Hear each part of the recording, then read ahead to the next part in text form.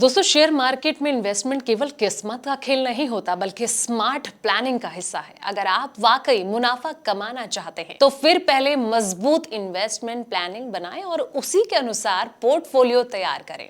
इसमें रिटर्न के लालच में नहीं बल्कि रिस्क को मैनेज करने की सोच के साथ आगे बढ़ें। तो चलिए फिर अब जानते हैं कि शेयर मार्केट में निवेश के 10 फायदे क्या हैं। चलिए इस वीडियो में समझते हैं। नमस्कार, मैं हूं आपके साथ संध्या बिष्ट और आप देख रहे हैं द इकोनॉमिक टाइम्स हिंदी।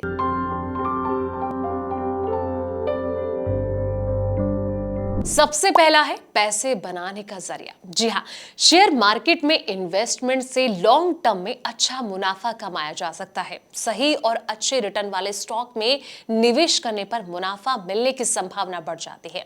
साथ ही लंबी अवधि के जो फाइनेंशियल टारगेट हैं और योजना के लिए भी इक्विटी निवेश सबसे बेहतर ऑप्शन मानते हैं, जो कि फाइनेंशियल सेफ्टी दे सकता है।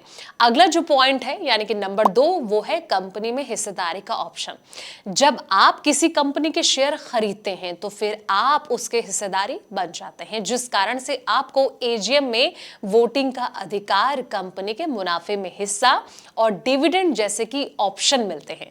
शेयर एक ऐसा एसेट है जिसकी वैल्यू जो है वो टाइम के साथ बढ़ सकती है, जिससे कि लॉन्ग टर्म में आर्थिक फायदा संभव होता है। अगला जो पॉइंट है वो है शेयर को बेचना। आज के टाइम में शेयर को बेचना बहुत आसान सा हो गया है। शेयर बेचने का फैसला करते ही केवल 2 दिन में पैसे आपके बैंक अकाउंट में पहुंच जाते हैं। इसके अलावा जरूरत पड़ने पर आप शेयर को लोन के लिए या फिर ट्रेडिंग में मार्जिन के रूप में भी इस्तेमाल कर सकते हैं, जिससे कि आपकी जो फाइनेंशियल जर्नी है यानी कि फाइनेंशियल फ्लेक्सिबिलिटी है वो बढ़ती है। अगला जो पॉइंट है वो है इन्वेस्टमेंट की विविधता।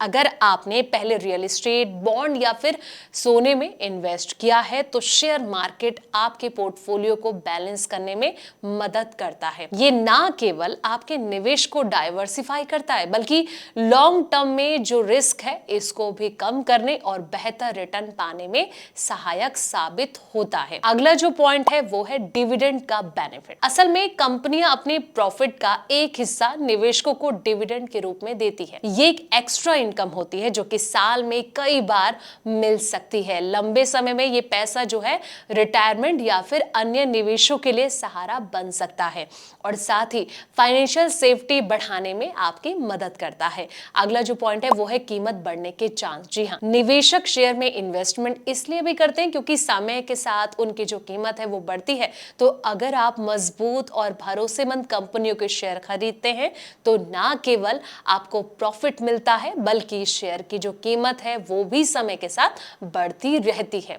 जिससे कि लंबी अवधि में संपत्ति बनाने में मदद आपको मिल सकती है। अगला जो है वो है सेबी की निगरानी का फायदा। सेबी यानी कि भारतीय प्रतिभूति और विनिमय बोर्ड शेयर मार्केट पर हमेशा कड़ी नजर रखता है। ये मार्केट को रेगुलेट करता है और निवेशकों के हितों की रक्षा करता है। यही कारण है कि शेयर मार्केट पहले से अधिक पारदर्शी, भरोसेमंद और सुरक्षित बन गया है, जिससे कि निवेशकों का जो विश्वास है वो भी बढ़ता जा रहा है। अगला जो पॉइंट है वो है कम निवेश से स्टार्ट। चौंकाने वाली बात यह है कि शेयर मार्केट में एंट्री केवल एक शेयर खरीद कर भी की जा सकती है, तो फिर धीरे धीरे निवेश बढ़ाकर आप अपना बड़ा पोर्टफोलियो तैयार कर सकते हैं। सबसे खास बात यह है कि इन्वेस्टमेंट पूरी तरह आपकी पसंद और प्लानिंग के अनुसार किया जा सकता है, जिससे कि नियंत्रण और लचीलापन दोनों मिलता है। अगला जो पॉइंट है वो है सही समय पर पैसे निकालना। शेयर मार्केट में इन्वेस्टमेंट करने पर अगर आपके पैसे जो है मार्केट के बढ़ते रुझान के कारण डबल या फिर उससे अधिक रिटर्न दे रहे हैं तो समझते रहें कि उन्हें निकालना फायदेमंद होता है। असल में ये आपको मुनाफा सुरक्षित करने और बाजार के जो उतार चढ़ाव होते हैं इससे होने वाले रिस्क को कम करने में मदद करता है। अगला पॉइंट है यानी कि आखिरी पॉइंट जो है वो है शेयर खरीदना और बेचना। आज के डिजिटल युग में शेयर खरीदना और बेचना अब बस एक क्लिक का काम हो गया है। असल में अब आप अपने ऑर्डर की जो हर स्टेप है इसको लाइव ट्रैक कर सकते हैं, जिससे कि निवेश में पारदर्शिता बढ़ती है और निवेशकों का भरोसा जो है वो मजबूत होता है। तो अगर आपने ये सारे टिप्स अपना लिए तो आने वाले वक्त में इक्विटी मार्केट से आप अच्छा खासा मुनाफा कमा सकते हैं। फिलहाल इस वीडियो में इतना ही। ऐसे तमाम वीडियोस के लिए आप देखते रहें द इकोनॉमिक टाइम्स हिंदी।